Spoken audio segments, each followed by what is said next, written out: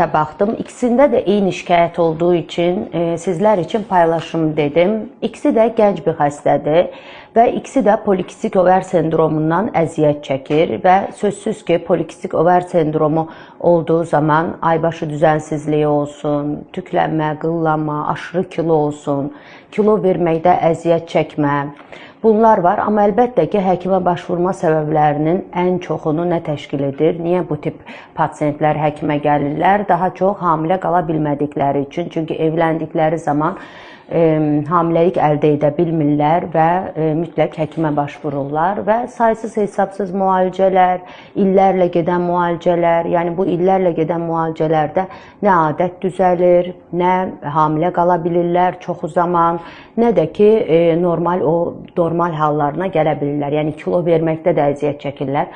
Bəziləri əslində kilo verir, amma bu kilonu geri alırlar. Çünki bəslənmə şəklini dəyişdirmək lazımdır. Diyetlər önəmlidir, sağlıklı bəslənmə önəmlidir. Hələ polikistik over sendromu olan pasiyentlər üçün inanın ki, ən önəmli olan bəslənmədir. Bəslənmə dediyim, yəni bir həftəyə, 10 günə, bir aya verdiyiniz kilolar deyil, bu verdiyiniz kiloları uzun müddət tuta bilməkdir. Çünki bu tip pasiyentlər kilo verdikləri zaman özləri rahat hamilə qala bilirlər.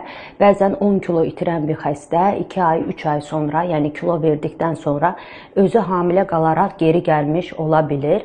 Amma bu tip xəstələr əgər kilo verdikləri zamanda və şiddətli polikistoz olanlar var ki, bunlar adət görmürlər və ya yumurta böyümələri çox çətindir. Hətta süni mayalanmada belə yüksək doz iğnə vurulduğu zaman burada yumurta çox dirençli olur. Bu tip pasiyentlər üçün əlbəttə ki, evlad sahibi olmaq ən doğru yolu süni mayalanmadır. Məsələn, az öncə dediyim, arxa-arxaya dəyərləndirdiyim iki pasiyentimin ikisində də birində 7 il idi, digərində 5 il idi ki, hamiləlik olmur. Doğrudan da həkimə gedən pasiyentlərdir. Hardasa hər 3 ayda bir həkim dəyişdirərək bütün Bakını gəziblər desəm doğru olar. Amma ortada bir şey yoxdur. Heç biri süni mayalanma etməyib. Çünki getdikləri həkimlərin heç biri onlara bu alternativi sunmayıb, göstərməyib. Amma mənim ilk sunduğum şey əlbəttə ki, süni mayalanma oldu. Niyə görə? Çünki 5 ilin, 7 ilin sonrasında boşuna boş tədavilərin yeri olmaz. Bunlar çox uzun bir zamandır. Zaten bu qədər zaman içərisində bu qədər tədavilərlə hamiləlik əldə edə bilsəydilər, edərdilər. Polikistik over sendromu olan pasiyentlər doğru dəyərləndirilməlidir. Yaşlarına görə, polikistozun dərəcəsinə görə bunlara ümid verilməlidir. Mən belə düşünürəm.